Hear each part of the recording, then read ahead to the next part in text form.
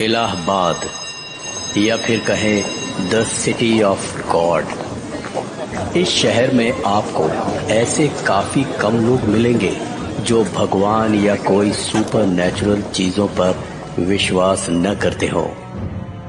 लेकिन आज की कहानी ऐसे ही किसी किरदार के बारे में है। ये कहानी है प्रोफेसर प्रतीक वर्मा के बारे में। प्रोफेसर वर्मा पिछले 7 सालों से इलाहाबाद यूनिवर्सिटी में भूगोल पढ़ा रहे थे और वो बड़े ही सच्चे और संगीन किस्म के इंसान थे। वो जो भी काम हाथ में लेते उसे बड़ी ईमानदारी और परफेक्शन के साथ करना पसंद करते।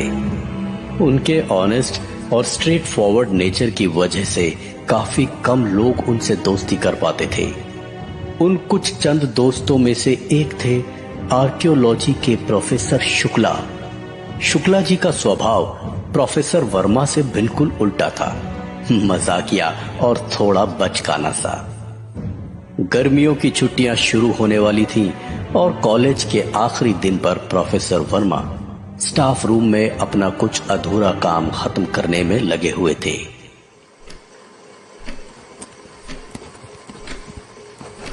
25, 30, 40, 50, 55, 60, 70, 80, 90, 100।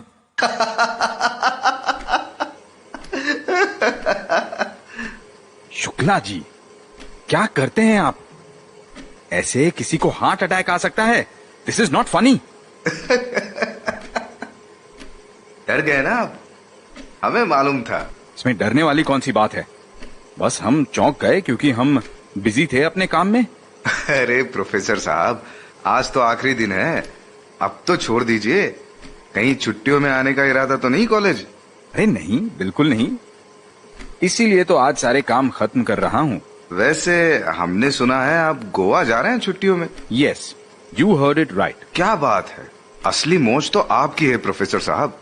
हम तो जवानी में भी गोवा नहीं जा पाए और अब इस उम्र में तो बात ही छोड़ो। पता नहीं आप क्या समझ रहे हैं, लेकिन मैं गोवा गोल्फ सीखने जा रहा हूँ। ओह अच्छा, सॉरी, मैं कुछ और ही समझ बैठा। बढ़िया है जी। अकेले जा रहे हैं आप गोवा या फिर? जी, अकेला ही। मेरे कुछ दोस्तों ने मुझे गोल्फ सीखने के लिए मजबूर किया है ताकि मैं उनके साथ टूर्नामेंट्स में हिस्सा ले सकूं। तो बस इसीलिए मैं गोवा गोल्फ क्लब में प्रैक्टिस करने जा रहा हूं। अच्छा, आप गोवा जा ही रहे हैं तो क्या आप मेरा एक काम करेंगे? गोवा में हाल ही में कुछ पुराने मंदिर के अवशेष पाए गए हैं।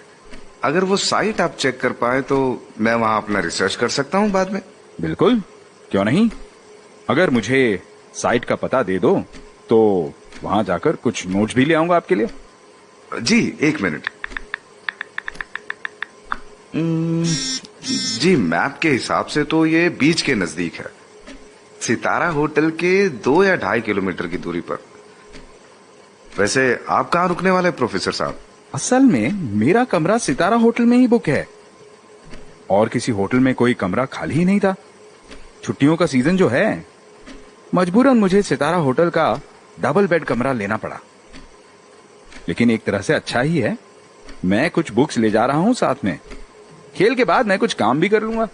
क्या आपका डबल बेड कमरा है? ये तो बड़ी अच्छी खबर है। ऐसा करता हूं, मैं आपके साथ ही चल लेता हूं, आपको भी कंपनी मिल जाएगी। क्या कहते हैं? मेरे लिए इससे अच्छी बात क्या होगी। लेकिन सच कहूं तो आप वहां बोर हो जाएंगे। आप तो गोल्फ भी नहीं खेलते और मैं तो बिजी रहूंगा सारा दिन। तो प्रोफेसर साहब, इतना घुमा फिरा के बोलने की जरूरत नहीं है। अगर आप नहीं चाहते हैं कि मैं आऊं तो आप सीधे सीधे बोल दीजिए, मुझे बुरा नहीं लगेगा। आप ही तो हमेशा कहते रहते हैं कि सच कभी कड़वा नहीं होता। अगर सुनना ही चाहते हैं तो असल बात यह है कि मैं नहीं चाहता कि आप मेरे काम में किसी भी तरह से बाधा बने। मैं कुछ दिन अकेले रहकर शांति में काम करना चाहता हूं। ये हुई ना बात। फिक्र मत कीजिए, मैं आपको बिल्कुल डिस्टर्ब नहीं करना चाहता। आप नहीं चाहते तो मैं नहीं आऊंगा। मैं तो बस आपको भूतों से बचाने आ रहा था। सुना है गोवा में कई ऐसे किस्से मशहूर है भूतों के जो बीच के किनारे टहलते रहते हैं। अरे माफ कीजिएगा प्रोफेसर साहब, मैं तो भूल ही गया था कि आपको ये सब भूत प्रेतों की बातों से सख्त नफरत है। जी बिल्कुल, मुझे इन बकवास बातों में कोई दिलचस्पी नहीं, और मैंने इन चीजों के ऊपर हमेशा अपनी राय काफी क्लियरली रखी है। कोई शक नहीं। और इन बेहुदा बातों पर विश्वास रखने का मतलब होगा मेरे उन सारे विचारों को धोखा देना जिन्हें मैं पूरी सच्चाई के साथ मानता हूं। And I have said this enough times, लेकिन आप हमेशा भूल जाते हैं। लगता है मैं आपको कन्विंस करने में चूक गया। नहीं नहीं प्रोफेसर साहब, आप बिल्कुल नहीं चूके, मुझसे ही गलती हो। बदलने वाला था। प्रोफेसर वर्मा और गोवा दोनों एक दूसरे से मिलने के लिए काफी एक्साइटेड थे। प्रोफेसर वर्मा जिंदगी में पहली बार गोवा में कदम रखने वाले थे। होटल सितारा उनका इंतजार कर रहा था।